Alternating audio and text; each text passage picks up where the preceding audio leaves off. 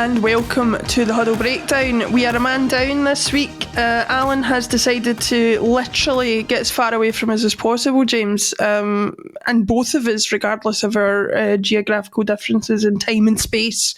Are you missing him? Oh, of course I miss him, but I don't blame him. I would love to take a 3-week trip and visit. I don't have any children living on the other side of the world, but I can imagine that would be an awesome thing to do. And I've never been to Australia, so I'm jealous more than anything else. But no, definitely misses presence. I'm sure the audience misses Alan to counterweight us two a-holes. But yeah, now he'll be back before we know. I mean, hell, this month's almost done already. I mean, these time's flying. It'll be August 1st before we know it. Yeah, I hope you don't take this personally, but I'm frequently out and about in Glasgow, and it happened to me again last week where they say, are you on that podcast with Alan Morrison? And I say, yeah. And he goes, yeah, he's fantastic. He's absolutely brilliant. No mention of whether they like me on the podcast or whether they like you on the podcast, but Alan always gets a mention. So hello if you're watching this. I think the guy's name was Stevie at the local recycling centre, so it did cheer me up, I have to say. But plenty to discuss this week. Well, first of all, I'm very excited, or my nephew's very excited, because we are going to the Legends match in September, and I believe a certain Mr. Henrik Larsson's just been announced, so he's going to get to see him in the flesh. That must have just been today they announced. I hadn't seen that yet. Interesting. Yeah. That looks like a pretty good lineup. Yeah, I think it's going to be a few fan favourites. I know Mikael Lustig's going to be there. I know Tom Rogic is going to be there. I know Artur Boric is going to be there. So it should be good fun. And I'm definitely sure that the after party, wherever they end up having it, is going to be good if that's the type of people involved. But, I don't think I'll be able to snag an invite to that one. Let's get into the football. First things first, I'm not going to try and pronounce the name of the team, but we did play a sort of, I think they are a first division Portuguese team, but we played them in a training match at the Benfica training facility sort of over the weekend there. Lost the game 3-2. I did watch it. Condolences. Yeah. What I was going to ask you was, I don't know how much of it, if anything, that you saw, James, but I am struggling the older I get to understand what coaching staff get out of friendly matches. I say every year, I'm going to watch all the friendly matches, I'm going to watch them. And then I watch one or two and I think it's so alien compared to the way that the players play and behave in a competitive environment that I just wonder what we learn out of it. Am I missing something massive? Well, I think the first thing is that with the obsession that supporters have for, endless appetite for content and the ability to stream things and, the technological innovation of recent decades, no one was watching this crap for the vast majority of human history. Let's put it that way. So I think some of it is just exposure of stuff that, probably isn't really meant for consumption. From an entertainment perspective, purely from an entertainment product. You've got a lot of young players that probably aren't at the level. We don't have a full squad really in. The internationalists are still kind of matriculating back ahead of this game. So, yeah, it's a rough watch. I think you can learn a little bit here and there. I think probably a lot of it is just literally, I know it's a cliche, but, minutes in the legs, get these guys' fitness back up, because they do, even within, let's say 3 or 4 weeks of less rigorous training, you're going to get some decline in fitness level. I don't think it's anywhere near what it used to be years ago when guys would take 2 months off and, hit the pub for most of the time.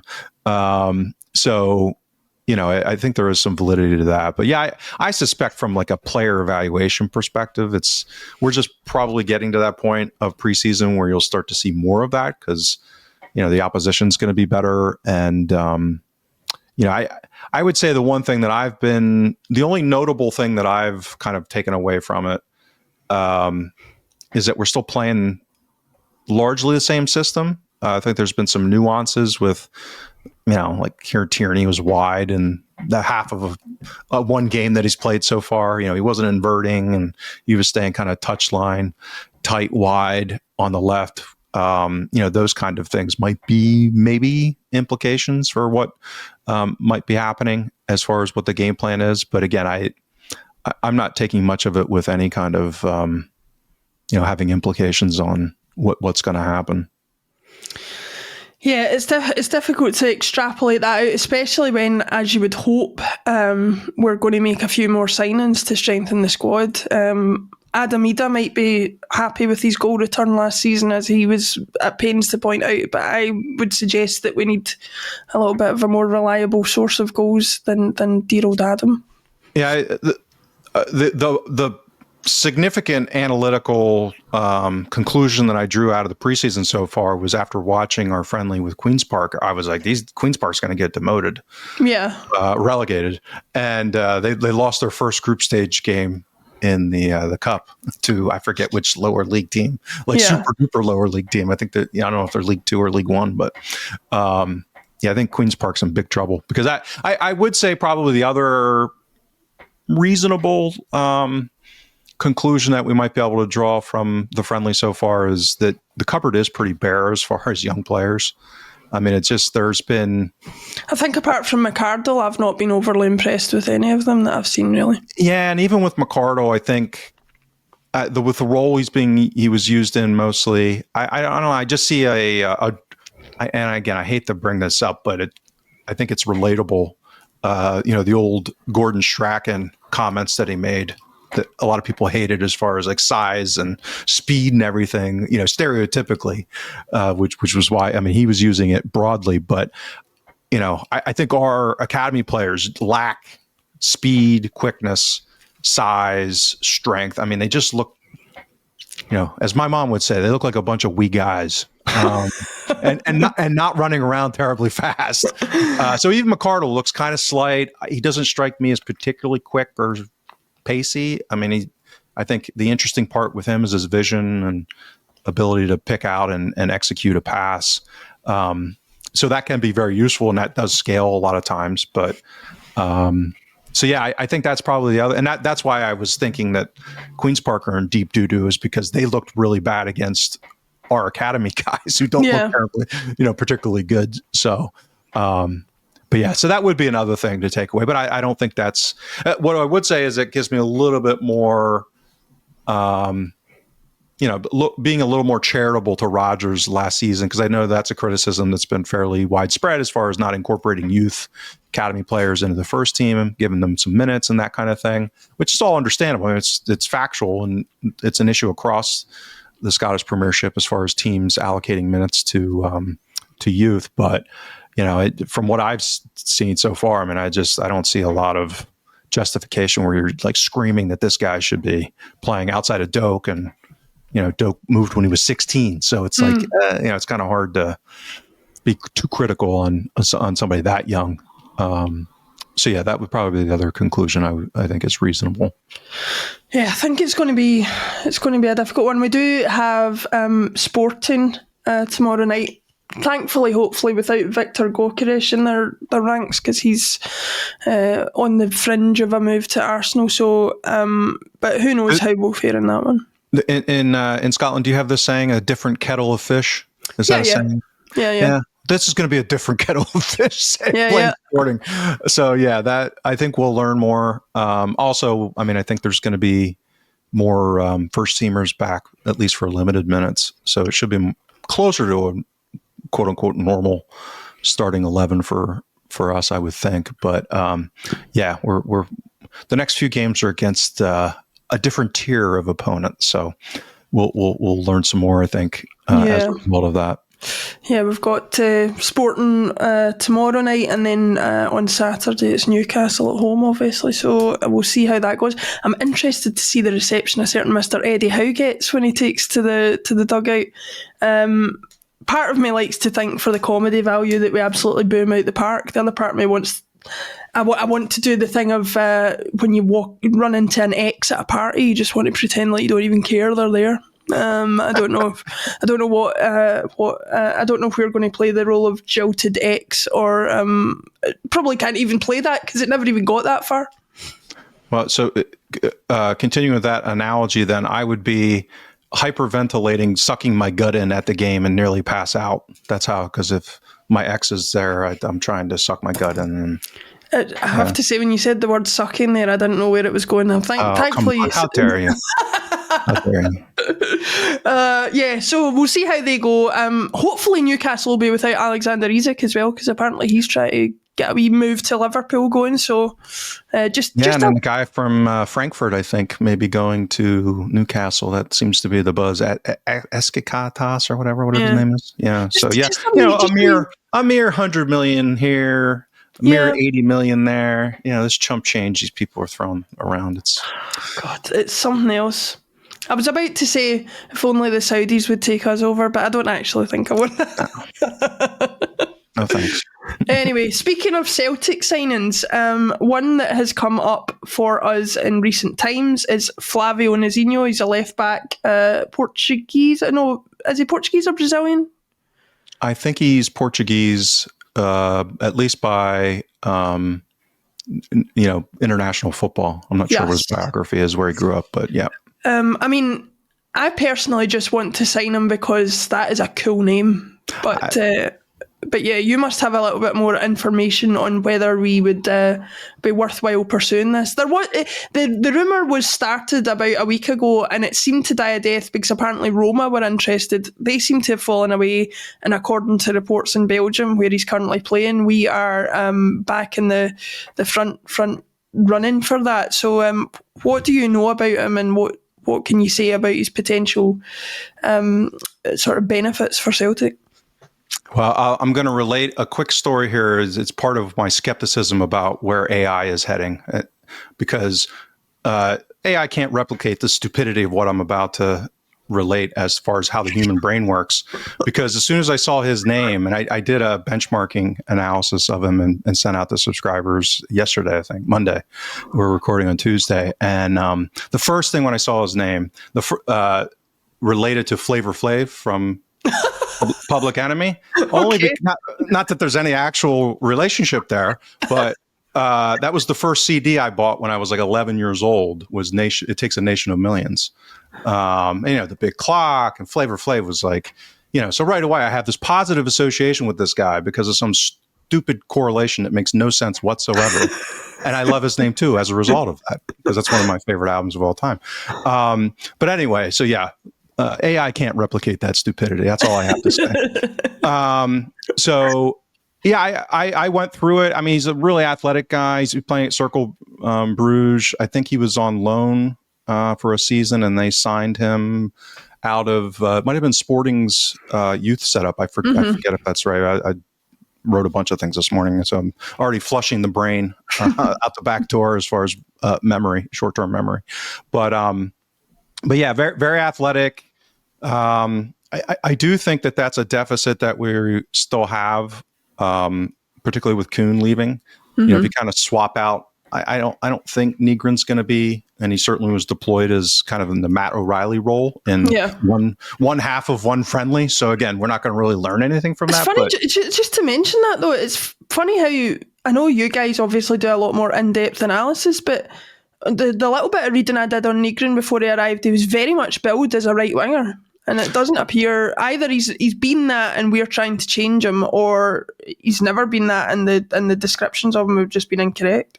Yeah, the gentleman we had on, who was the Nordsjælland, familiar analyst, MK Dons fan, but big fan of Danish football, who we had on and spoke with, he said that he basically played it mostly as an inverted right wing, so he's more in that kind of half space where a number 10 would populate a lot of the time.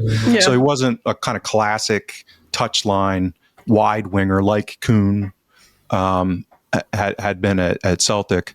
So I think that's, and he actually said that he thought he profiled more as an attacking 8 based off of how he'd seen Celtic play under Rodgers and Postecoglou. So credit to him, because that that is actually where he lined up the first time.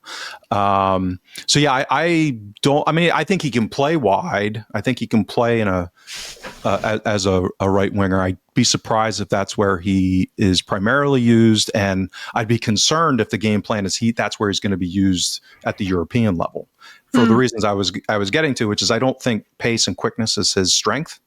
So if you kind of just swap those two players, even though they're not kind of perfect swap because he might not be a right winger, and certainly not the kind that Kuhn was, there's just no competition as far as their athletic profile. I mean, he's a different kind of player. Like, I mean, O'Reilly was a terrific player, but he also wasn't terribly pacey, and he's a little bit of quickness and short bursts, but that wasn't a huge strength of his. So I think that's, we don't have a lot of pace in the team outside of Maeda and was Kuhn. I mean, that's what was the difference maker at a European level, like at a Champions League level. Maeda and Kuhn were right up there as far as top speeds for kilometers per hour, that kind of thing. I mean, I think Kuhn was something like 6th in all of the Champions League or 7th, something like that, like up there with Mbappe and really, really fast guys. So. This guy, I think, is at least directionally really, really fast. I don't know if he's quite at that level, but he looks very fast. So that's good. My one, he's very creative. He's a very attacking wide player. He played left back, left wing back, a little bit wide midfield, depending on the shape. They played a lot of 4-3-3. I'm sorry, 3-4-3, and then 4-2-3-1 at Circle. It looked like last season. My one caveat in looking at them, I always, cause I try to look at a holistic view of what their performance profile is, and it looks like there might be some technical issues on his ability to kind of control his passing, and that depending on how we would deploy him, and I used a very rough analogy, which is Alexander Bernabé. Bernabé was and is a good player. Like he had a lot of positive attributes. That's why he went on to some decent clubs, and we got our money back. It's if you sign players that at least have quality in certain ways, even if you're not terribly smart in how they fit with your system, somebody else finds value. And so I'm not sure how this guy would fit on as a fullback at Celtic, where he's touching the ball probably 2.5 times more a game than he has in his career. A lot more intricate passing, a lot more kind of close triangles against a bunkered opposition in the attacking third, that kind of thing. So that's probably the one aspect of his profile where there might have been some red flags. So he's probably not an ideal profile, when I look at these things, but when I kind of rank them as far as duds, disqualifying parts, when I looked at Lagerbielke, it was like, how are we even looking at this guy? Like he's clearly not someone who should be playing in a high line. I genuinely believe the further removed we are from the Lagerbielke signing, I genuinely believe it's been a case of the scouting department have gone, just looked at, and I say this as somebody who's played a lot of Football Manager in my time, so I know how sometimes players get identified through ridiculous means, but they've literally gone, who got the player of the year in Sweden? And just gone, oh, it's a young guy who doesn't cost very much, maybe we can get him. Well, I think he shared an agent with Starfelt too. I think that, from what I had heard, was a big component as far as willingness and availability and familiarity. But yeah, so that I don't have him anywhere near that level. I think it's more so like a Starfelt profile, where Starfelt's a really good defender. He's got really good pace. He just was never that competent on the ball. So he was very safe in his passing, which creates issues, particularly with a guy like Carter Vickers next to him, who's not an expansive passer either. He's better than Starfelt, but not like a ball playing center back. So it's how these pieces kind of fit together that I start to worry about. So for all the criticism that Liam Scales rightly gets, he is a progressive passer of the ball. He does try and move things forward and create opportunities. Yeah, I think that's his one big, standout attribute I don't think it's necessarily at a Champions League level or even a Europa League level, but he has the appetite, the willingness, and the ability, if there's enough space, to execute some of the line breaking passes and really progress the ball and even carry it up. But I think the issue with him is as the level of competition goes up, his technical ability and decision making gets squeezed to the point where it doesn't really scale. But so I think Flavio, Flavor Flav for me.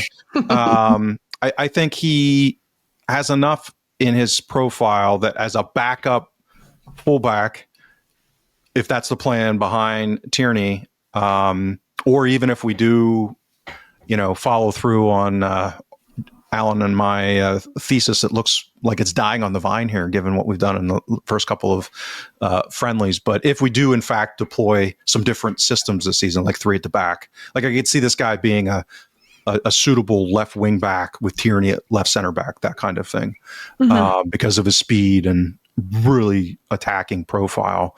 And he's young. I think he's going to be 22 coming up and in maybe September, if memory serves.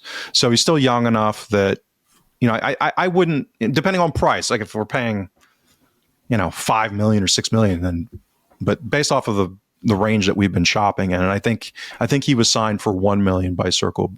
So I don't think it's likely to be a big number. And then, by himself, I'm okay with it. The next question that comes into, and this goes into the bigger concerns and questions, is, we just lived through the 2-week Inamora experience where we went from the manager saying, who the hell is this guy? There's no way he's going to be a first team player. I'm paraphrasing tongue in cheek, to, maybe there's something about this guy who's been surprising me. But we're playing him at left back. He was a left center back. He doesn't have a lot of experience at left back. So, like, how does this guy fit in at all? Is he, he's one of the players I was most excited about in all of the rumored names, just because of his passing profile. He seems to have, that something about his vision and willingness and ability to play those deep line playmaker type passes.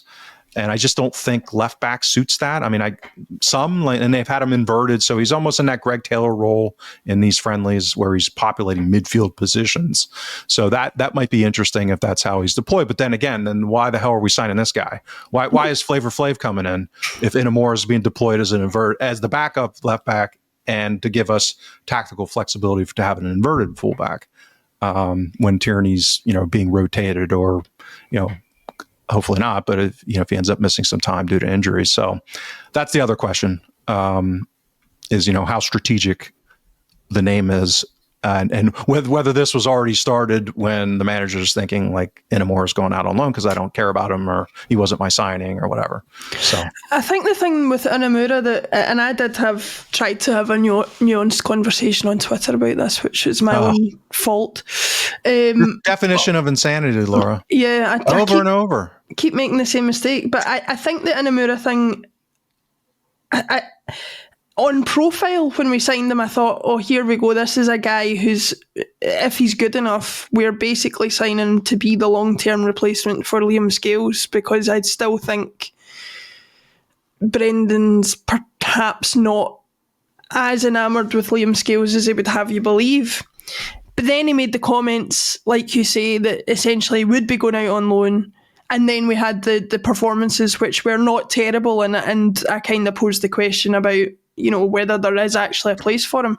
The only thing that concerns me from this point of view is I could see Brendan being the type of manager who, especially having made the statement that he's made, if the decision wasn't already made, Inamora will be going out on loan no matter what he shows in these friendlies, no matter how likely he is to be of use to us. And I've seen a lot of people say, well, the quality of the teams that we've played against in the friendlies can't really be taken into consideration because he's going to be playing against better teams. Yeah, he might play against better teams in the Champions League or the Europa League, wherever we end up.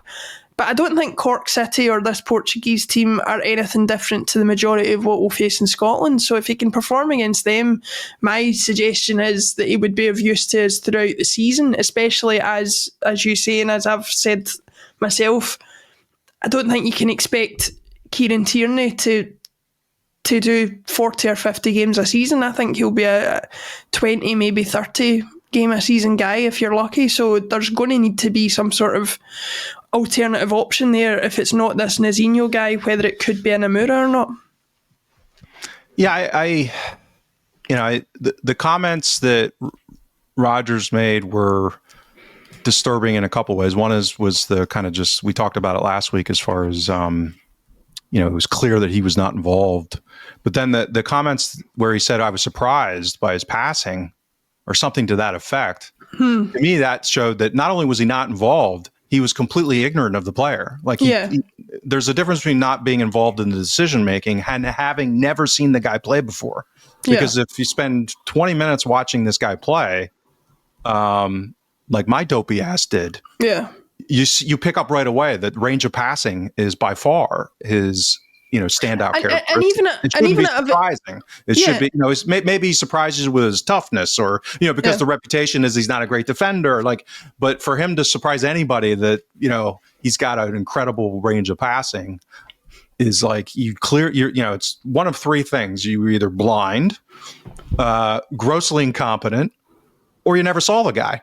So the first two we kind of know aren't Rodgers. So the only other explanation I can come up with is he literally never saw the guy play. At a very base level, even if you've never seen the guy play, before you put him on a pitch, at least look at the stats and look at the breakdown of the player on paper, and you would know that passing is one of his strengths. I'm surprised that Rodgers making that comment, even from a sort of point of view of how it makes him look.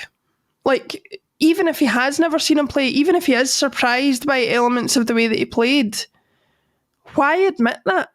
Because it just makes it look, if it wasn't clear already from the comments he'd made before, it makes him look even more uninterested in the player who, let's face it, if he's not going out on loan, if he doesn't get a successful loan, he's going to be part of the squad for the season. So he's going to have to be familiar with him in some form or fashion.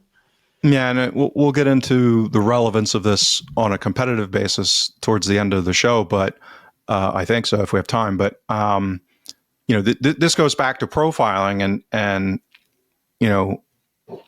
a cohesive strategy as far as like what are strengths and weaknesses and how do you fit them in to the system and the style of play that a team has. So if I just said to you, like, a guy's a great deep lying playmaker, is left back where you're probably thinking one of two positions just off of that. Like, if this is the standout characteristic of a player, what are the two positions that you're outside of keeper? I mean, he's not a goalkeeper. So the outfield players, what are the two positions that strike you that he's probably going to be suitable for? Yeah, he's going to be somewhere in central midfield, you would think. Yeah. Defensive midfield, laying deep, or maybe center back, because they're the ones that have the field all in front of them the vast majority of the time. Yeah. So, left back is not, particularly at Celtic, where a lot of your time is spent wide and in the final third, like, that's not deep lying play, man. I'm not saying he can't do a lot of what, because I think he is that good with his vision and he's got enough pace. Like, his clocked speeds are that the J League, J League actually posts a lot of data for free for their league and their players. And so he had clock speeds that are kind of on par with AJ, and AJ's a pretty, he's okay. Like, he's in that 34 kilometers per hour pace, which, that's a notch or two below the really fast guys, but it's functionally fast. It's not someone you would consider slow. So I think he's, and that's basically what Trusty is. Like, Trusty's clocked he's considered a pretty pacey center back because he's right around that top speed at 34 kilometers per hour. So, Inamora's got enough speed to play wide, but I don't understand why you would miscast somebody whose big strength is deep line playmaker like that. So this is, again, it'll be interesting if Flavio is signed, then what does that mean for Inamora? And I'm kind of skeptical like you are. Like, I'll be pleasantly surprised if there's room made for his development. I'm hoping there is, because I do think his skill set is that unusual, meaning that there just aren't a lot of these guys around that are really good at passing from deep. like difference makers from that location on the pitch, because a lot of times they're pushed forward. I mean, it's just, I talked about this before. A lot of good vision type players get pushed forward creatively, all the way back from youth level. So it's almost weird that you get guys young that are really good playmakers and vision and passers from deep. So we'll see. We shall see. I mean, it's just it's the whole. I'll be interested to see how things go with Inamora, because we have, or we seem to be very focused on getting players out of the door so far this transfer window, and successfully. Again, we get. I don't think it's for being negative sometimes. I think that's been a huge positive that we have been moving guys on, and that really started last summer. I mean, it's been a big positive the last 3 windows, including the current one. I think somebody put the picture up on Twitter, and it was, can't believe this was the start of last season, and it was Kyogo, Matt O'Reilly and Kuhn, and they were saying, a lot of change in that amount of time, and somebody else posted, and £50 million in transfer fees.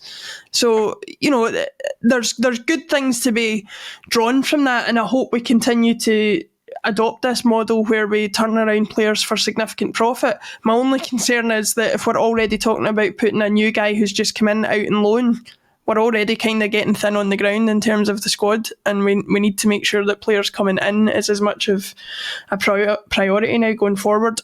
Hopefully Nazinho is a player that will be in the door sooner rather than later, because certainly, if nothing else, we do need a backup left back for Kieran Tierney. And we need warm bodies. Yeah, exactly. On the plus side, Jota's been doing a bit of talking to the Celtic press, came to visit the team when they were in Lisbon, and according to what he's saying anyway, his recovery is going quite well and to plan, so we can only hope that while I wouldn't want to rush him back, because these injuries are of such a nature that you can't do that, I certainly hope that he's back within the timescale that was mentioned, because goodness knows we'll need that creativity as soon as we can get it. Let's keep talking about the manager, about Brendan Rodgers. As we all know, he's just entered the last year of his contract. So potentially this is his last season in charge at Celtic.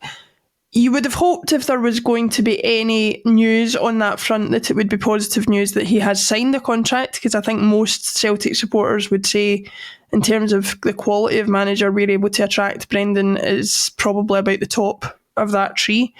But there have been suggestions this week that he has met with Dermot Desmond, and there's been no positive outcome as yet. What do you make of that development, and do you think it tells us anything about his intentions long term to commit to the club? Yeah, I think it could, assuming that So I could see a scenario where they have some kind of either tentative agreement or even a formal, kind of gentleman's agreement if it's not executed yet, and they would decide that they're going to put it in their back pocket for a tactical time, let's say, when maybe the mood amongst the support is not terribly positive. So if it's all kind of agreed upon that this is going to happen, like let's say an extra year or two or something like that could be something I could see the club saying, let's put that in our back pocket and we'll announce it when it's advantageous to do so. Yeah. Don't just burn it in the middle of July when no one's paying attention, that kind of thing. So I could see that plausibly. I'm not suggesting that's going on, but so absent that kind of scenario, if I'm outside of family, and again, this is another issue. I mean, he's of an age now. He's got a family, and I think from the pictures, he seems to have young kids still. I mean, he's older than me. I don't know how the hell he's doing it. These guys that get in their 50s and have kids, I don't know what they're doing. But if he has younger kids, and he's settled, and the family and the wife and all that's happening, those are factors too. We talked about that with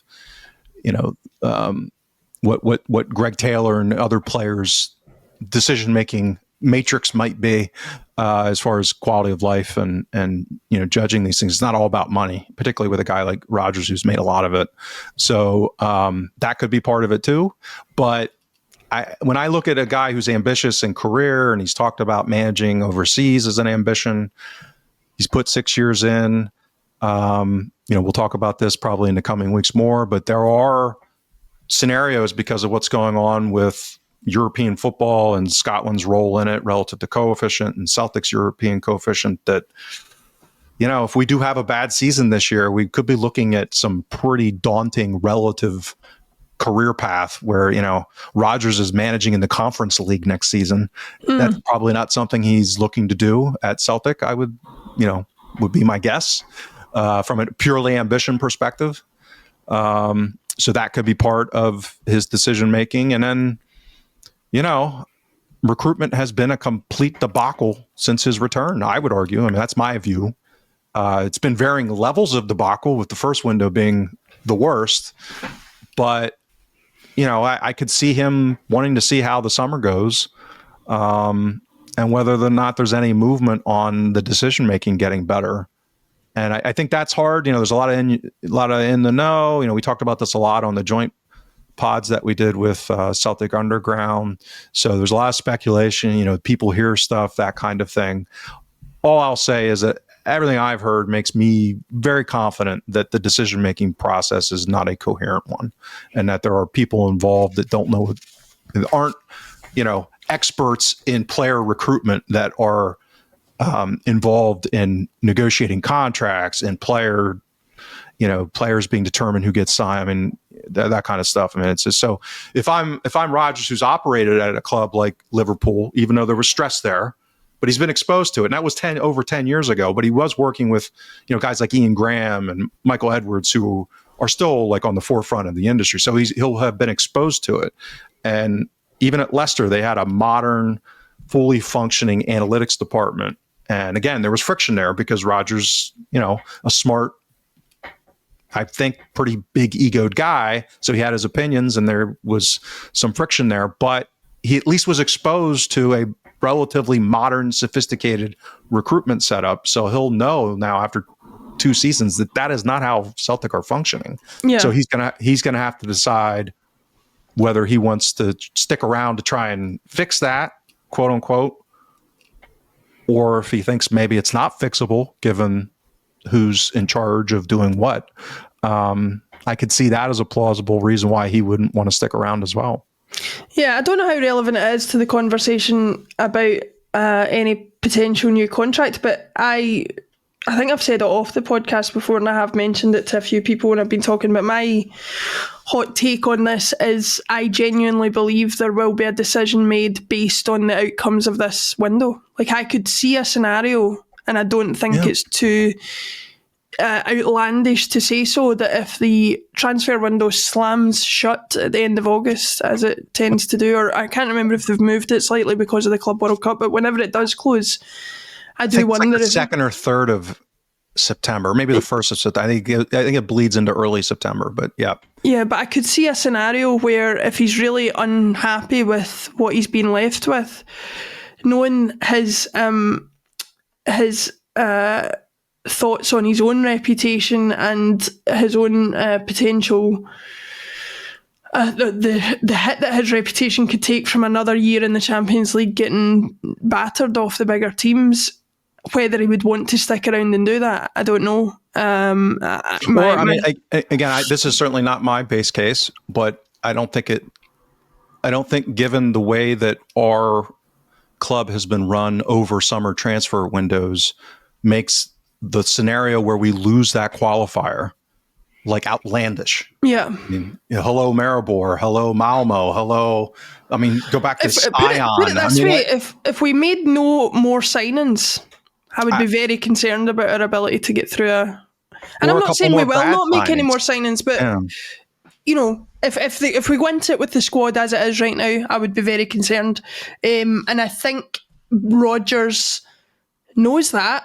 And I think we've started hearing the same noises again from him about what we need. And you just keep thinking, how many managers have to come out in the press in the summer and tell the press what they need? At a successful football club, they are working behind the scenes to get what they need, and they don't need to articulate it. You just worry that with every interview that Brendan does where he's having to articulate what it is that he wants and needs, it's not about saying that to the public, it's about sending that message back to the people at the club that are perhaps not listening to him. Yeah, and with Alan on his walkabout in Australia. Quinny has agreed to join us on Thursday as a guest host, and on the Extra Time show that we do with Martin. And that's one of the things I'm setting up for reviewing on Thursday is, when in that first window, when Rodgers arrived, he talked about needing 3 quality upgrades. And I think that's kind of an abstraction at this point because there's been so much movement in players. People forget. Like, I know I do. I have to go back and look. Like, who was there at that time, and what did 3 quality improvements on top of that squad look like? What would that have looked like? And then compare that to where we're at now. If you kind of net out like quality players, are we at a plus to that? No. I mean, that spoiler alert. But what's the deficit? Are we -7? Are we -4? Are we, relative to being short 3? Like, so, he kind of just, I think part of it is just being realistic. You can't just keep saying what the number actually is adjusted in his own mind. Like, he couldn't say, I need 7 quality players. Yeah. So he because I don't think that's ever happening in one window at Celtic. So, he keeps saying we need 3 or 4. But the problem is, based off of that first kind of watermark from his first window, if you adjust for ins and outs, it's not 3 or 4. It's more than that. Yeah. Somewhere north of that. It's as you said, I think everybody, to be positive about it, I am fully behind this model of buying players cheap and selling them high. Frimpong, O'Reilly, Kyogo, I'm trying to think. The latest. Kuhn, the latest one, yep. I'm fully on board with that. But we need to sign the next Kuhn pretty quickly. We need to sign the next O'Reilly pretty quickly.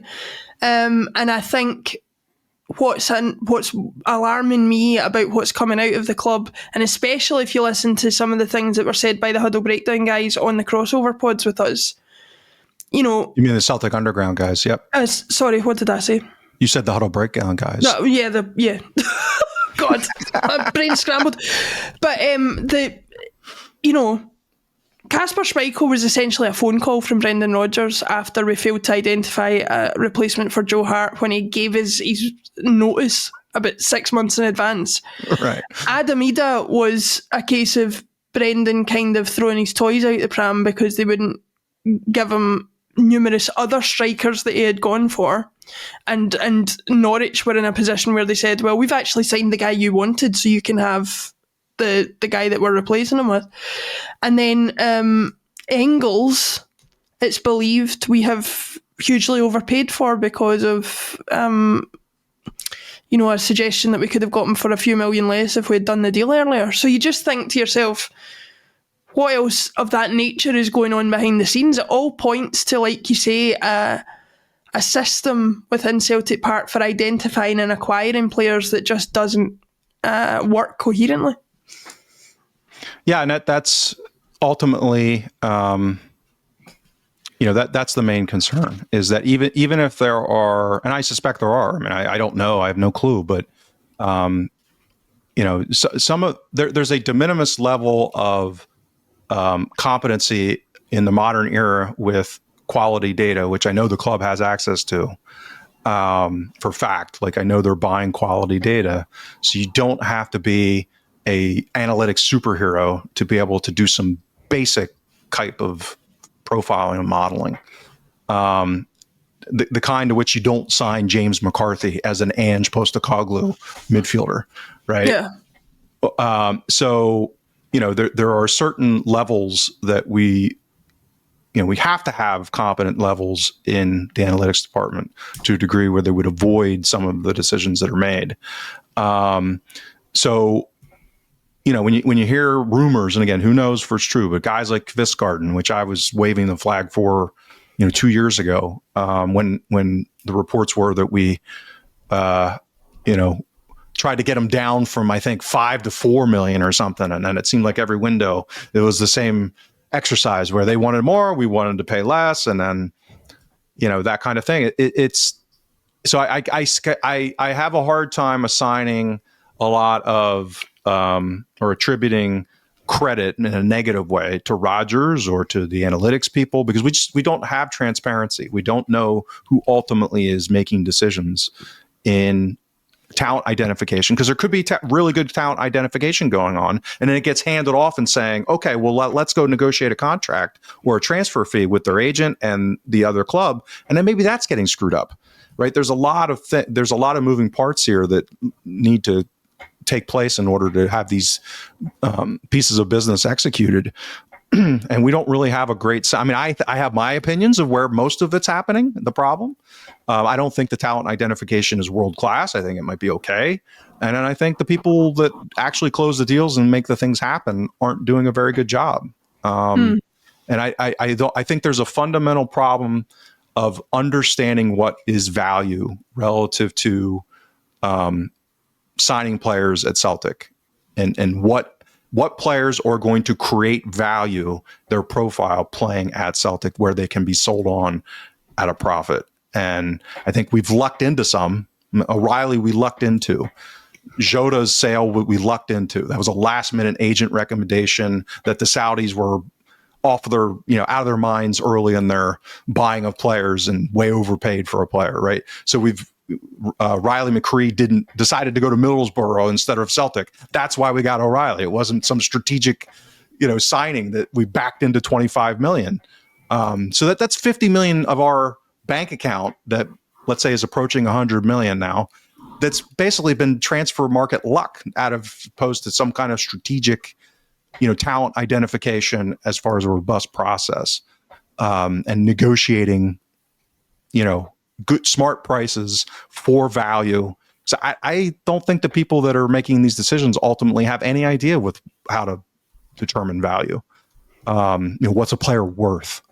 What's good business as far as, buying and selling players? I think it's mostly kind of archaic ways of doing it, which again is totally normal within historic evolutions of sporting industries.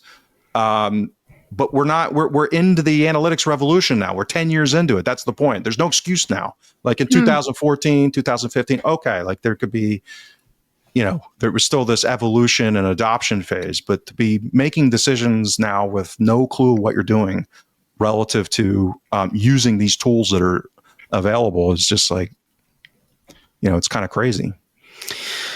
It certainly is. I think we do have a little bit of discussion. You have done an article this week, which I would encourage anybody to go and look at, breaking down some of the recruits at Ibrox this summer and the fact that over at Mordor. Yeah.